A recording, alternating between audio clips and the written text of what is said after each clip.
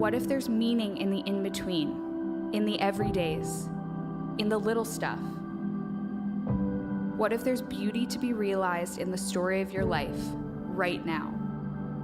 And what if we wait for the big things, we risk missing the best things?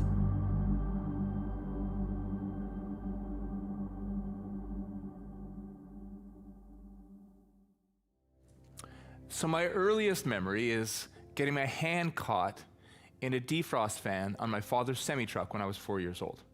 Okay, but to be honest, there's another incident that happened when I was just about 2 years old that feels like my earliest memory, but it's only because the story of the incident was told so many times as I was growing up that I feel like I remember it, even though I don't actually remember it.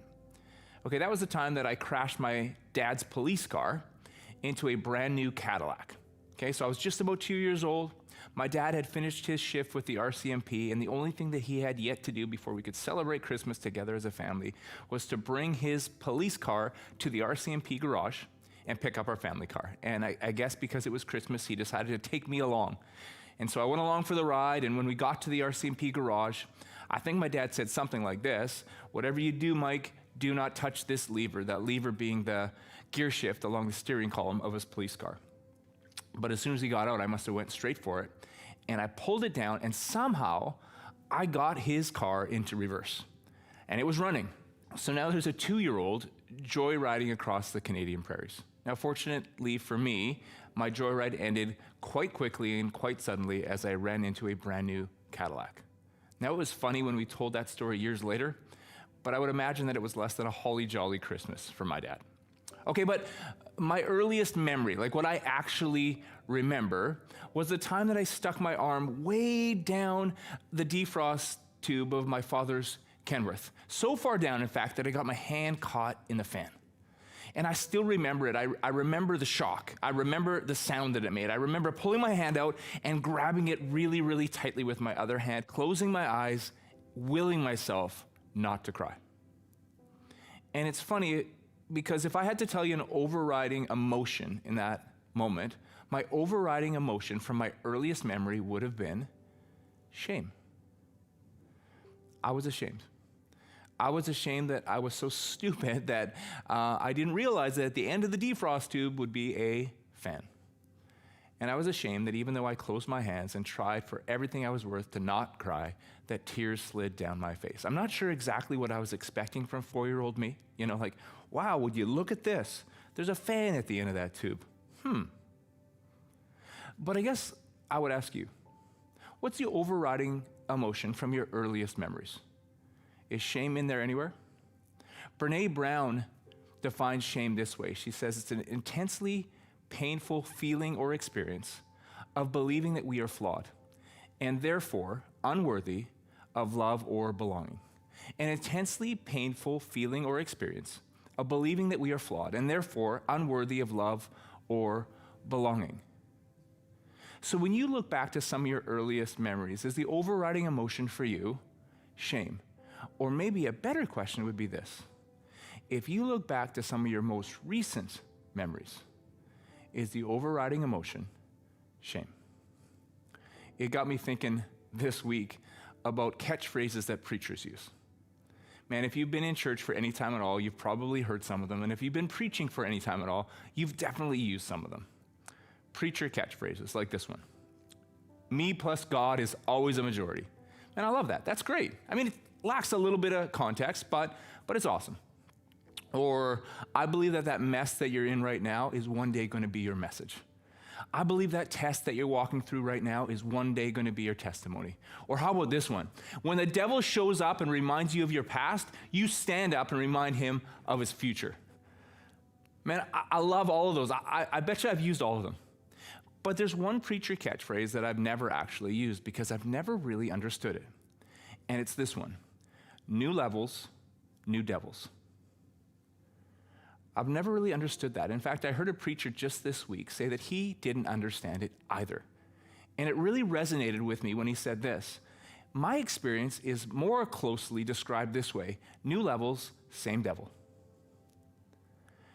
See, let me tell you something that you already know. The devil is not creative. The devil is an imitator, a counterfeiter. Okay, so the devil has had the same playbook since the very, very beginning. And one of the earliest pages on the devil's playbook that he wants to use to diminish and derail the story that you are telling with your life is shame. New levels, same devil, same playbook, same page, same shame that's meant to derail and diminish the story that you are telling with your life. See, because I can't stand here and tell you today, man, like shame was tough when I was 4 years old, but thank goodness I turned the page. That wouldn't be true, because when I was 5 years old, I started riding the school bus when I was in grade 1 every day. And from my very first day on the school bus, all the older kids on the bus decided they just didn't like me. And so every single day riding that bus, they would call me names, they would hit me, they would spit on me. And if I had to tell you what was the overriding emotion of those days, it wouldn't be fear, although there was fear. It wouldn't be anger, although there was anger. It wouldn't even be a thirst for revenge, although that was definitely there too. For me, the overriding emotion of those moments was shame. I was ashamed that I was the kind of little boy who warranted that kind of treatment. I was ashamed that the older kids didn't like me. And I was ashamed that their bullying affected me so much. Again, I'm not really sure what I expected from 5-year-old me. Those kids sure are mean, but I'm not going to let that affect my day. I'm not sure, but I was ashamed that I wasn't able to just bounce off of it.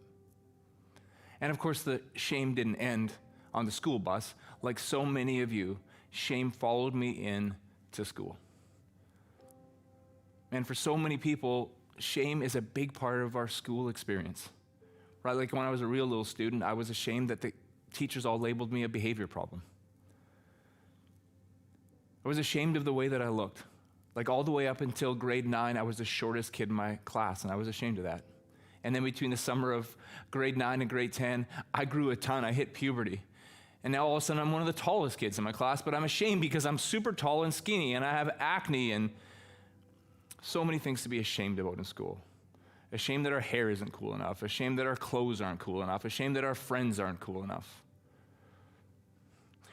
Ashamed of our shame. Like in a sense, like shame is self-perpetuating, isn't it? Like in grade 10, I gave a presentation in front of my English class. And I always loved doing presentations. I always found them pretty easy. But for some reason, I remember doing that presentation and I started to blush. I have no idea why I started to blush. Maybe there were some cute girls in the class that I was trying to impress. No idea. But I started to blush. And then I looked out and I noticed that a bunch of the other students noticed that I was blushing. And then I noticed them noticing me blushing, which made me blush more. Shame's like that, right? Like it's self-perpetuating. And like so many of you, I can't sit here and tell you, and then I graduated high school and I never felt shame again, because shame quite literally has followed me into my adult life also. Like right now, I'm a preacher. I can't believe I get to do this.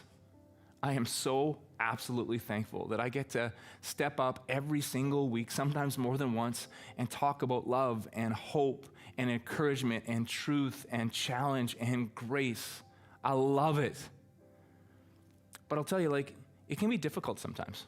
Like over these last 12 months, during the COVID months, it's been really different. Like, I'm speaking to cameras, right? And the camera people, they're not really listening to me, because their job is to kind of do camera people stuff. For example, they don't even know I'm talking about them right now, okay? So let me tell you something about the camera people. They're not really listening. And the sound person, he's not really listening either, because he's more worried about doing sound type stuff. So every once in a while, I'll get here and I'll be speaking and I'll tell a joke and there's no response. And I'll say to the camera people and the sound person, I'll say, hey, did you hear that joke? And they'll be like, and so I'll tell it again and I'll say, was that funny? Because I thought it was really funny. And they'll be like, yeah, Mike, like, wow, so funny. And it's just, I don't know, just kind of loses something. Stupid camera people. And then you get to the end of your sermon sometimes and they say, great job, Mike. Wow. And there's been so many weeks that I just feel like saying, can I do the whole thing over again? because there's this shame, right, that comes and you think, man, I'm ashamed of the sermon I preached. It felt like it was going to be so good an hour and a half ago, but it just didn't come across the way I wanted it to come across. Or you feel ashamed that here you are talking about shame, and yet you still struggle with shame. Like so many of you, I can say this, that shame has followed me into my adult years. New levels, same devil, same playbook, same page, same shame that the devil wants to use to derail and diminish the story that you are telling with your life. So what do we do? Well, Theodore Roosevelt once said this: it's not the critic who counts, not the man who points out how the strong man stumbles or where the doer of deeds could have done them better.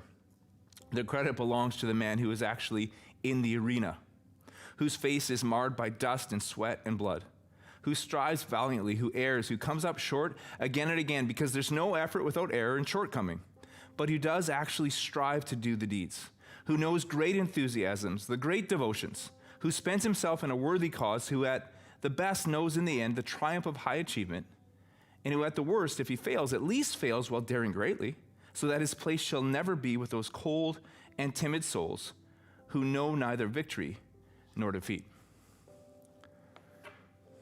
That's quite a story. I love it. So who are you in that story? Maybe you say, well, I'm the one in the arena. If you would say that, I would say, I completely agree with you. You are. You're the one in the arena. You are.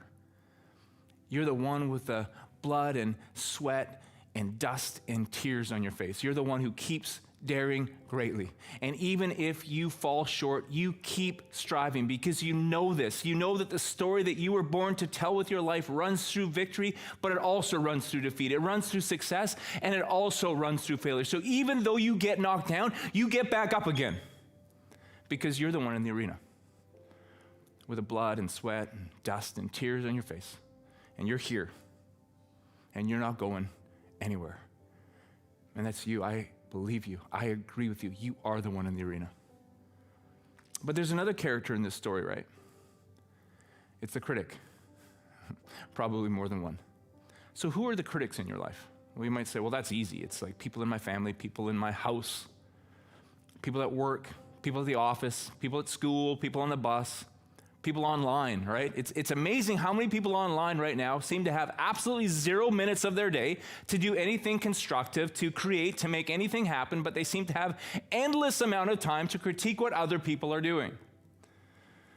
Those are the people, you might say, that in your life who most consistently tell you that you can't, you won't, you're not, you'll never.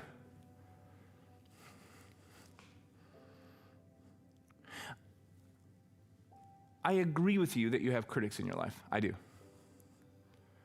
But I think it's a little more complicated than that, because if that was just as simple as it was, there's an easy solution, right? Like the easy solution is change the people that you're hanging out with. Maybe you should anyways. Man, like if you're surrounded by people and all they ever do is tell you that you can't and that you're not and you won't and you'll never, you should probably find some other people to hang out with. You should start surrounding yourself with people who will tell you the truth, but who will also remind you that that mess that you're in right now will one day be your message, that that test that you're going through right now will one day be your testimony, that you plus God is a majority, and that even when the devil comes and shows up and reminds you of your past, you stand up and remind him of his future. That's awesome. You should probably do that. But I think your story is a little more complicated than that.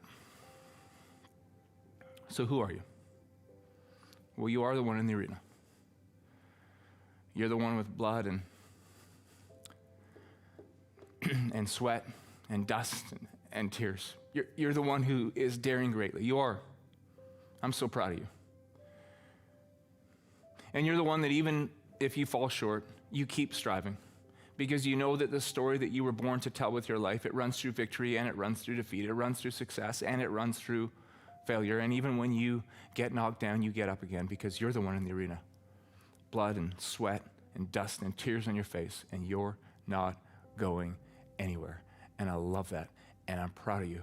And you're also the critic. You're the most consistent, most compelling critic in your own life. And that's where it starts to get a little bit more complicated, doesn't it? Because you can change all the people that you hang out with. You can change all the places that you go. But wherever you go, you know what? You're there. And you're your most compelling, most consistent critic. How did that happen? I think there's really only one or two ways that it happens. Number one, it's through failure.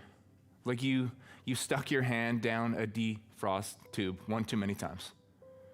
And you failed, and somewhere along the line, you started to look at all those failures that you had in your life, and you decided that those weren't events anymore, that was actually your identity, that you were a failure. Or maybe it's because of trauma. Like, remember what Brene Brown said? Brene Brown said that shame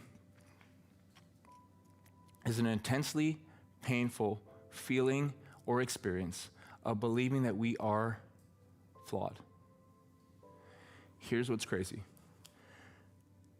There's some people who are watching this right now, and you've come to see yourself as deeply flawed, not because of anything you've done, but because of things that have been done to you, things that have happened to you. Sickness, abuse, neglect, bullying. And somewhere along the line, you're a little bit like me on the school bus all those years ago. And your overriding feeling isn't one of anger or fear or even a thirst for revenge. Your overriding emotion is actually, believe it or not, shame. And it's so heartbreaking because whether it's failure or whether it's trauma that's brought you to this moment, when shame begins to write your story, it always causes us to exit the arena and settle for small. Right? It's new levels, but it's same devil, same playbook, same page, same shame that he's still using today to diminish and derail the story that you were meant to tell with your life. What shame is going to do is it's going to cause you to exit the arena and settle for small. Right? Because you're going to look at these moments that you have, these opportunities you have, these chances you have to step up, to risk a worthy cause, a great devotion, something that you have, an opportunity, and you're going to look and you're going to assume this, you're going to assume this. Oh, that would be something that a non-flawed person could do, but not someone deeply flawed like me.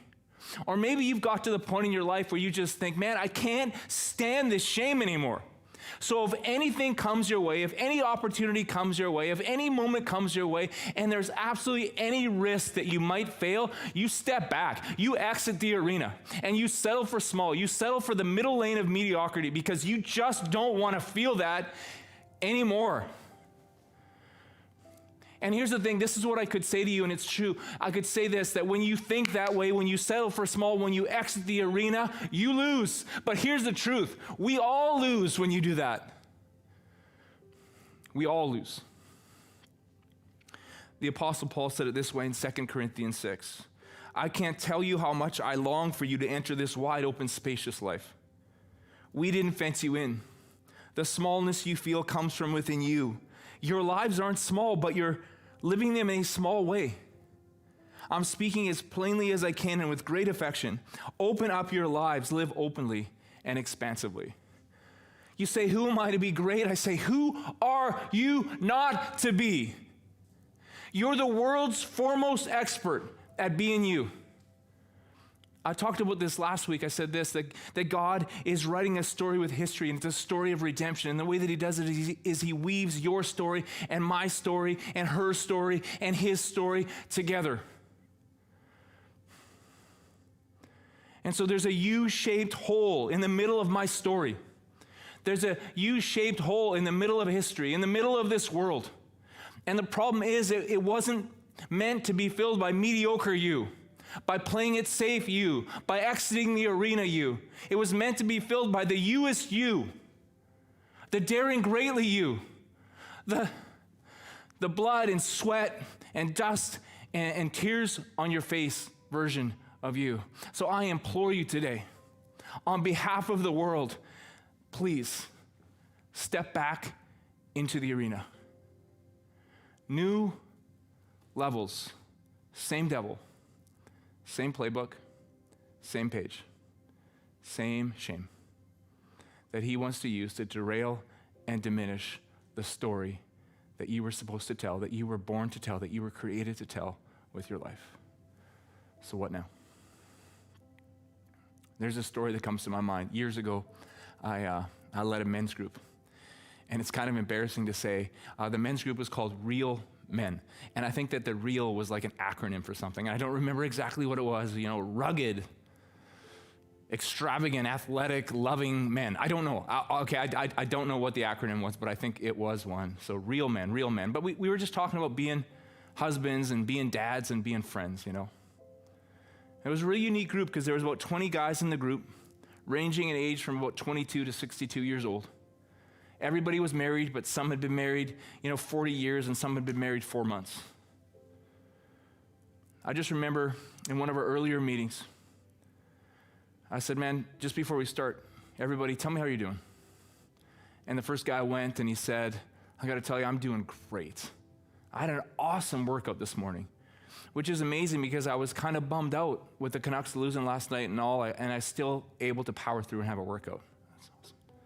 The second guy went, he said, I'm really stressed right now because I can't decide whether to buy a Ford or a Chevy pickup truck. And the third guy went and he said, to be honest with you guys, I barely made it to the meeting tonight because I'm just tired. I had a really, really bad sleep last night. And we kind of went around that way until we got to the seventh guy. And the seventh guy said something like this. He said, to be honest, I'm really, really struggling right now. He said, the good news is I haven't used drugs or alcohol in about 6 weeks. The bad news is the damage that's been done by my addiction has left my marriage potentially irreparable. It was so intense. Honestly, guys, at that point, I didn't even know that he had a problem with drugs and alcohol until that very moment. And it got really quiet and it got really still across the room after he shared. And then the guy started to speak and encouraged him and offered to pray for him and help him whatever way they could. And then after we prayed for him, I remember the guy that had gone first put his hand up and he said, hey, do you mind if I go again? And all of a sudden everyone started being way more real. And so I want to talk to you about what I think it's going to take for you and me to get back into the arena. And in honor of my nerdy title for my men's group all those years ago, it's three phrases that involve the word real. So here's number one, be real. So what's happened in your life? What are the failures in your life? What's the trauma in your life? What are the things that have happened to you in your life? See, here's what I think. I think that when we hold those things close and don't tell anybody, I think they actually gain power. I think you need to have a person or a couple of people in your life that you can go and you can share, like, this is my failure, this is my trauma, this is where I'm really, really at. These are my struggles right now. And I really believe that when you do that, when you expose those things to the light of day, they lose some of their power. So step one is be real. The second step would be get real. Can I be honest with you? We know this. You know this. Listen to me. You know this. That failure was an event. It is not your identity. It's not. You know that. So don't allow the devil. New levels, same devil, same playbook. He's going to come at you and he's going to tell you it's your identity, but it's not. We know this. Get real. Those things that happen to you, that's not who you are. Those are things that happen to you. They do not define you. They will not define you. They cannot define you. You know why I know that? I know that Jesus Christ, the Son of God, stepped into human history. He died for you. Your sins are forgiven. Your failures are no more. You have a clean slate. And he died so that you could begin to experience healing, step by step, moment by moment. But at the soul level, you're as right can be right now. First of all, we got to be real. We got to speak exactly where we're at. And number two, we got to get real. We got to stop thinking like people who are going to think small or settle for small, and we got to start thinking like people who are going to step back into the arena. And thirdly and finally, remember, this is for real. New levels, same devil, same playbook, same shame. I'm going to read you something out of Ephesians chapter 6. Listen to this. God is strong, and he wants you strong. So take everything the master has set out for you, well-made weapons of the best materials, and put them to use so you will be able to stand up to everything the devil throws your way. This is no weekend war that we'll walk away from and forget about in a couple of hours. This is for keeps. A life or death fight to the finish against the devil and all his angels. Be prepared. You're up against far more than you can handle on your own. Take all the help you can get, every weapon God has issued, so that when it's all over but the shouting, you'll still be on your feet. Truth, righteousness, peace, faith, and salvation are more than words. That's it. New levels, same devil, same shame. That would call you out of the arena and settling for small, but that ain't you. So today, right now, on behalf of all of us, I issue an invitation. Let's go.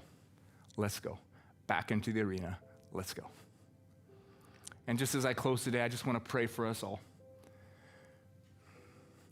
I want to tell you honestly, you're not defined by your failure. You're not defined by your hurts.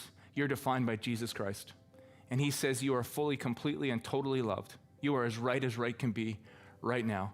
And I just don't know if you've ever heard that before. I don't know if you've ever acknowledged that before. I don't know if you've ever taken a hold of that before, but I know that one of the steps back into the arena is to take a hold of that clean slate that Jesus has given us, that power that we have through his resurrection. So I want to give you the opportunity to do that right now.